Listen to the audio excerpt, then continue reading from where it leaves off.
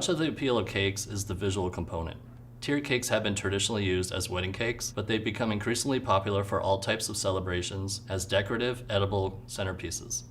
Assembling cakes into tiers takes extra care to ensure solid construction.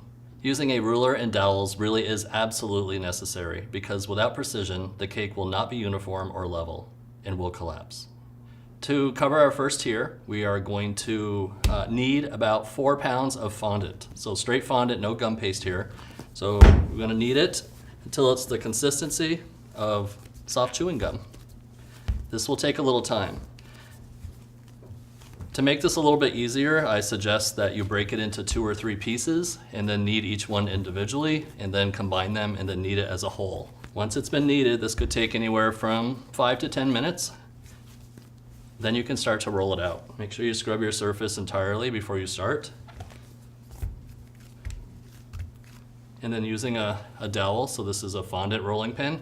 If you have a straight French style rolling pin, a wooden one, that works fine too. Starting from the center and working your way outward. We want to roll this down to about 1/4 inch thick.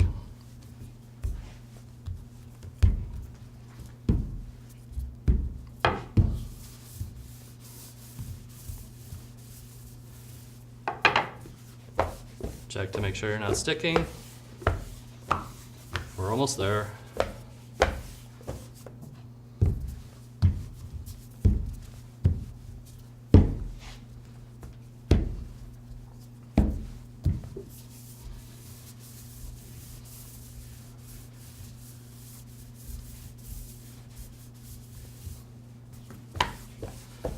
All right, that feels good. For our first layer, we'll be using our 14-inch cake. This will be our base, already covered with Italian buttercream. So you want to make sure that this is chilled completely before covering with the fondant. It makes it a little bit easier. You can take your dough carefully and just roll it like so. And then unroll it. So the next part is very crucial to keep your fondant smooth. You're going to start on the top with your hand and just kind of help it adhere to the buttercream. Any imperfections you have, you can rub these with your hand, and you're going to start to go around the side of the cake like this. And then grabbing the bottom of the fondant while working your hand around the side of the cake is the best way to apply your fondant covering.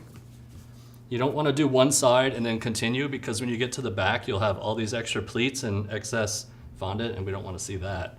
So carefully work your way down. The extra fondant, to help your process, take it off with a paring knife.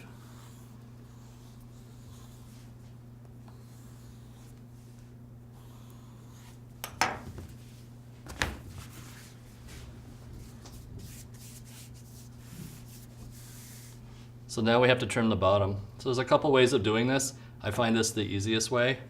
First, we'll go trim some of the excess again with our paring knife.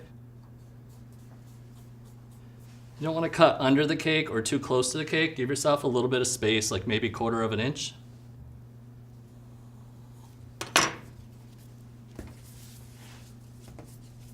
So now it's time to finish the base of the cake to make sure that the trim is nice and even all the way along the edges. So what I like to do is take the cake and kind of pull it over the edge of the counter, maybe about 1 inch or 2. Just be very careful that you don't drop it. But pull it over the edge of the counter. And then what we're gonna do is take our fondant smoothing tool. You can do this with your hand, but this is a nice flat, even surface, and will make it very smooth. So you can start to iron around the edge. And this is another reason why we want the buttercream underneath to be really smooth, and we want it to be very chilled, so that we're not leaving indentations on the fondant. I pull the cake off to the edge, and with my smoother, I just kind of bring it down. And if there's any extra fondant hanging down below the cardboard, because remember we built these on a cardboard, then you can trim it off with your paring knife. If it's easier too, you can pick it up like this. It's okay with the smaller cakes, the bigger cakes, not so easy.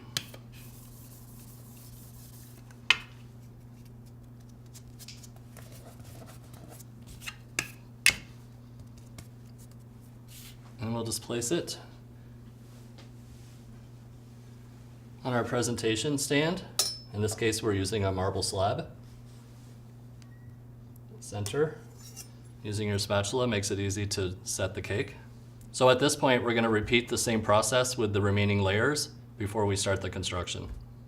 Now that the cakes have been covered, it's time for assembly. So we're going to use these plastic dowels, which you can also purchase from craft stores. You're also welcome to go to hardware stores and look for little wooden dowels. Those work really well. And if you've ever had the boba beverage, then those straws work really great too. So you have some options there. So each cake has its own cardboard. So we have a cake circle, exactly the same size as the cake under each one. So that'll help for support. And then we're going to apply 4 of these dowels to the base, just like this. So we're going to come in at like 12 o'clock if you're looking at it like a clock, and you're going to push this down through. And then using a Sharpie with something with a sharp point, you're going to come in and just mark just above the fondant. You don't want to write on the fondant with the Sharpie. You're going to lift this up, and you're going to cut just below that little mark. A serrated knife works really well for this.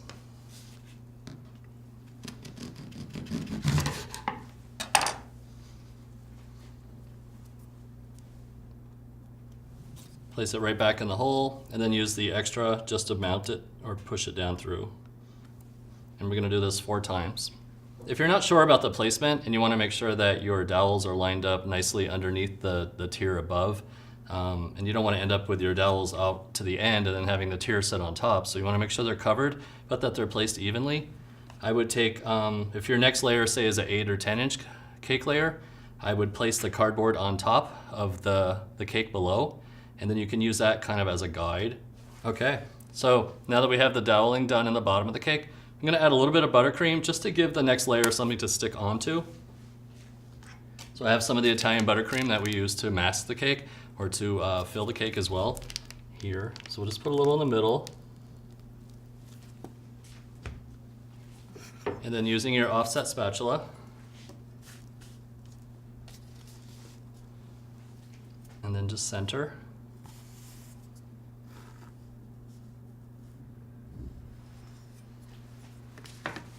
And now we're ready for the next level. So we're going to repeat the same process we did before with the doweling. I'm going to do 4 more dowels up here, and then we're going to place the small cake on top.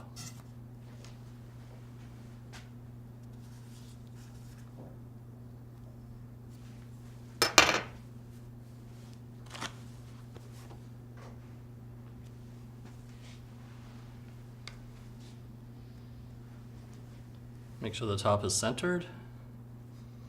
And now you're ready for decoration. Because they will be served at events, it's even more important to consider both transportation and storage of tiered cakes. There are some cakes that may even require assembly or finishing touches on site if they're particularly elaborate. While they take some time to assemble and even serve, there's nothing quite like a beautiful tiered cake. They can be the highlight of many special memories and are an amazing opportunity for showcasing creative decorative techniques, making them a foundational element of bake shops.